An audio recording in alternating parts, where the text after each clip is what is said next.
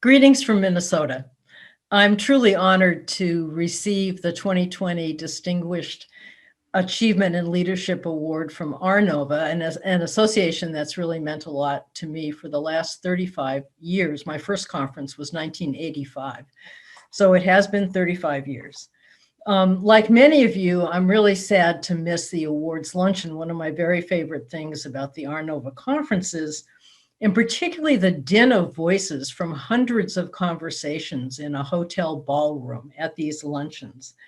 One of the things that I most enjoy about our luncheons together is both finding old friends, but also new ARNOVA conference participants who are oftentimes graduate students giving their first academic presentation, often from places beyond the borders of the United States.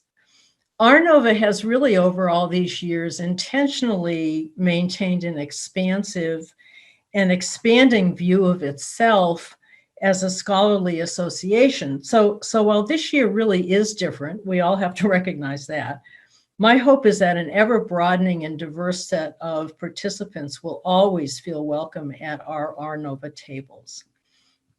I want to thank the awards committee for their work, and especially my nominees, Stephen Rathgeb-Smith and Carrie Olberger. Steve and I go back a long way. We became friends as we were both graduate students, and have been friends and colleagues ever since. And we've been fortunate to see this field grow, congeal, and really create some institutional anchors. And Steve's leadership in developing all of that really has been critical. Carrie's a newer colleague, and one that I met back, I think, around 2011 or so through the ARNOVA doctoral fellowship workshop. And Carrie, along with her co-nominators, Alnor Ibrahim and David Suarez, now provide new intellectual and institutional leadership as the field grows and develops. So I want to thank all of the nominators for their work on this award. I also want to thank my husband, Paul Stone, who has been with me since those graduate school days. He's provided continued support and encouragement all the way along. And as a historian, he has certainly reminded me to pay attention to the historical context surrounding the questions and the topics and the issues that I have explored over these many years. Thanks to everybody who's been involved. As I thought about the remarks that I wanted to share with all of you, two experiences from my past kept surfacing. The first of these was in the 1970s when I was living in Alaska and founded and developed a couple of nonprofit organizations that worked with kids and families in crisis. All of us who were involved in those efforts were flying by the seat of our pants, and we certainly wanted to change the world and thought we could do it. But those experiences sort of collectively fostered in me a real fascination with organizations and with governance. And those fascinations have always grounded my research as well as my teaching. The second set of experiences really concerned my graduate school student days in the 1980s when I was affiliated with the Yale program on nonprofit organizations, also known as POMPO. It was here that I met my longtime friend and collaborator, Francie Ostrauer. And one of the hallmarks of our experience during that time was feeling that even as graduate students, we were contributing to a really important endeavor. Alongside other graduate students, junior faculty, senior faculty, academic centers developing in the US and other parts of the world, leading practitioners, we were helping to build a field of study. And as graduate students, we really felt a part of that. So what struck me most about that time at Yale was that the thinking was expansive. Big questions were being asked, by a joint collective of scholars and practitioners from many diverse backgrounds. So from these experiences and certainly others, let me offer a couple of reflections that look ahead as well as look back on what those experiences really have taught me over the years. So the first one of these reflections is pretty much what I was just talking about from my graduate days, that we need to continue to promote expansive thinking and attention to big questions in our field.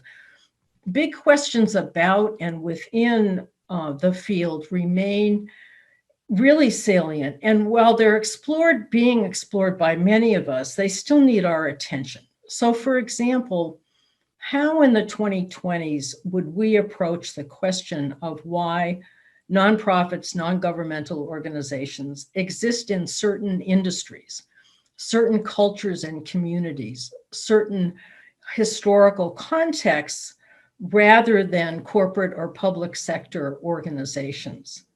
Or another question, how do we understand a long-standing issue in the field, this tension between private aims and public goals?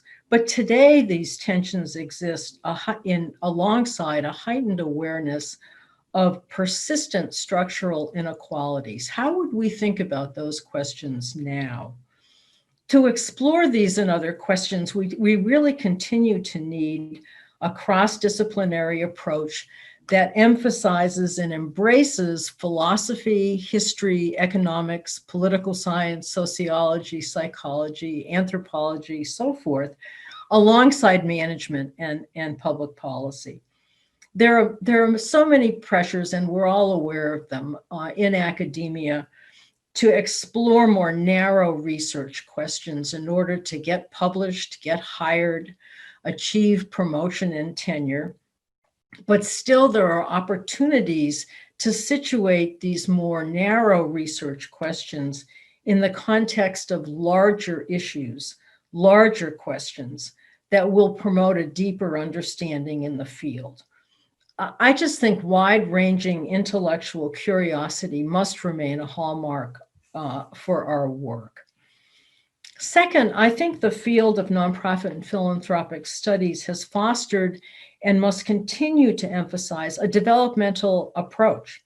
We need to continue to articulate that the field of nonprofit and philanthropic studies has not just arrived to take its place alongside of well-established academic fields, but that it's continually evolving, much as the phenomena that we study and care about continually evolves. And we each have a role to play in nurturing graduate students, supporting junior faculty, and enticing new senior faculty, and connecting with practitioners to bring them into this field of study.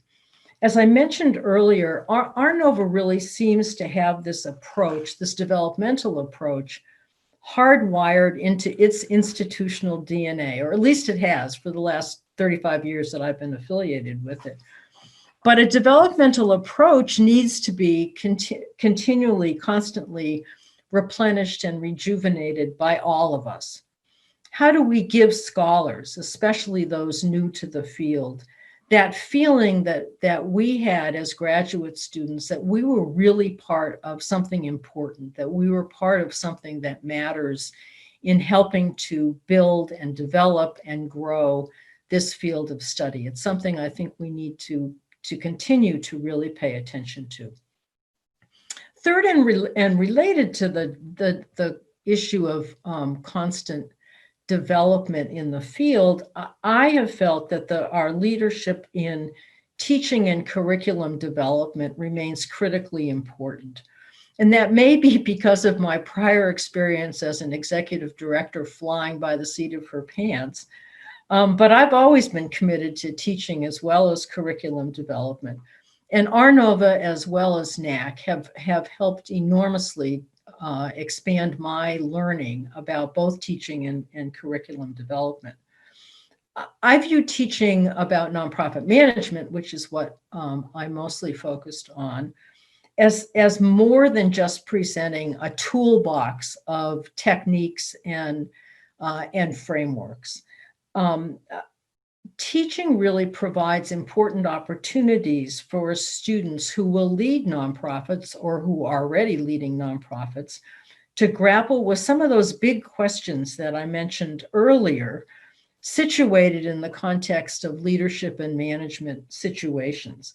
It also offers students the opportunity to become multilingual, to really become fluent in the ideas, the concepts, the frameworks from both the world of business management as well as the world of public policy. Both are needed, I believe, in order to lead effective organizations that continually are able to articulate and enact values-based missions. Our teaching and research missions really go hand in hand to continue to develop the field.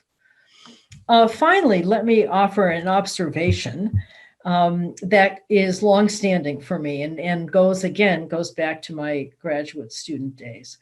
Even as a graduate student affiliated with Pompo, I noticed that people in this field were funny. They laughed a lot. They had really good senses of humor. And as I began attending different academic conferences, the contrast with ARNOVA was really palpable for me. I felt like I could exhale at ARNOVA, and I found myself laughing in the hallways, over coffee, sitting around discussion tables, whatever.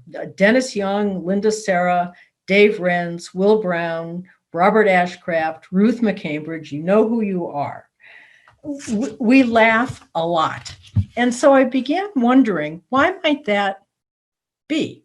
Was it really just the standard explanation that we take our subject matter seriously, but we don't take ourselves too seriously? Well, perhaps, except I think we do take ourselves pretty seriously as teachers and as researchers and scholars and mentors.